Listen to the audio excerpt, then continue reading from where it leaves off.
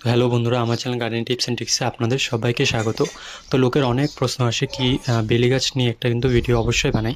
তো এই ভিডিওটাতে আমি তোমাদের সাথে শেয়ার করব কী কারণে বেলি গাছে কিন্তু ফুল কম আসছে বা কোনোরকমভাবে এগুলোকে টিকানো যাচ্ছে না, আর কি কি কারণে আমরা কিন্তু বেলি গাছকে অবশ্যই অনেক ভালো করে কিন্তু লাগাতে পারি আর গ্রো করতে পারি, তার মধ্যে কিন্তু প্রচুর পরিমাণে কিন্তু ফুলও পেতে পারি।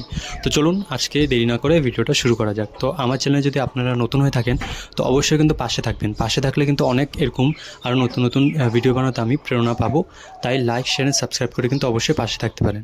তো এই দেখুন ছোটো ছোটো কিন্তু কলি আসছে, এখনও কিন্তু আরও ভরে ভরে আসবে।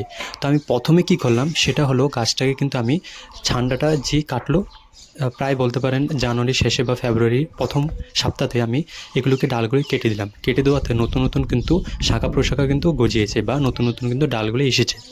আসার আমি 10 দিন পরে এটার মধ্যে আমি মিক্স খাওয়াটা দিলাম। মিক্স খাওয়াটা দেওয়াতে এটার মধ্যে কিন্তু পাতার যে গ্রোথটা সেটা কিন্তু একটু দুরন্ত অবস্থা কিন্তু হচ্ছে। তো অনেক ভালো কিন্তু অবস্থাতে হওয়াতে তার মধ্যে কিন্তু নতুন নতুন কুড়ি আসারও কিন্তু সম্ভাবনা বাড়লো। তারপর আমি 1 মাস হওয়ার পরে এই মার্চ মাসের প্রায় বলতে পারেন 10 থেকে 15 তারিখের মধ্যে এটার মধ্যে আমি অল্প করে জৈব সার আর বলতে পারেন জৈব সার দিতে পারেন হয়তো বা লিকুইড ফার্টিলাইজারও দিতে পারেন। তো আমি এখন লিকুইড ফার্টিলাইজারটা দিলাম, সেটা হলো ব্যানানা পিন ফার্টিলাইজার, আর অল্প দিলাম আমি 10-26-26 দিলাম। তো এটা আমি মিক্স করে দিলাম। তোমরা চাইলে যে কোনো একটা দিতে পারো। এটা কিন্তু খুব ভালো কাম করছে। দেখছি এখানে নতুন নতুন কিন্তু কড়ি আসছে আর অনেক কিন্তু গ্রোথটা কিন্তু ভালো আছে, আর গাছের মধ্যে কিন্তু রোগ পোকাটা একটু কম আছে এখনও। আর তোমরা যদি চাও, গাছের মধ্যে অনেক প্রকারের কিন্তু এখন রোগ পোকাও আসে। সেই কারণে কিন্তু গাছকে কিন্তু বাঁচানো অনেকটা মুশকিল হয়। যেমন ডাইবেক আছে বা বলতে পারো ডাইবেক তো গোলাপে আসে, এটা কিন্তু কালা রঙের একটা পাতা হয়ে যায় যেটা হলো সুতিমূল বলে।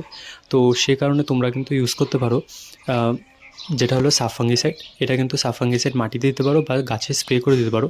খুব ভালো কিন্তু এই গাছে কিন্তু দিলে অনেকটা উপকার হবে।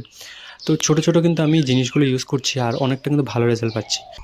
সাথে সাথে তোমরা যদি চাও এগুলো কিন্তু কলিগুলি ফুটে গেলে তারপরে যে উপরের পোর্শনটা একটু কেটে দেবে বা পিঞ্চিং করে দেবে, দেখবে নতুন নতুন আরও শাখা বেরোবে আর এটার মধ্যে কিন্তু প্রচুর পরিমাণে কিন্তু ফুল ফুটতেই থাকবে পুরো মাস জুড়ে।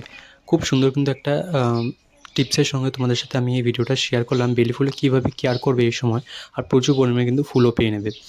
একটা জিনিস তোমরা ইউজ করতে পারো সুপার সোনাটা, তার সাথে সাথে কিন্তু এটা গাছের গ্রোথটাও বাড়াতে বা গাছটাকে বড় হতে হেল্প করবে, তার সাথে সাথে কুড়িও আসবে আর ফুলটা কিন্তু খুব সুন্দর ফুটবে, গাছও হেলদি থাকবে। তো এই জিনিসটা আমি তোমাদের সাথে শেয়ার করলাম। তো অবশ্যই কিন্তু এই জিনিসগুলো ব্যবহার করে দেখতে পারো, বেলি গাছে খুব সুন্দর কিন্তু গ্রোথটা হবে।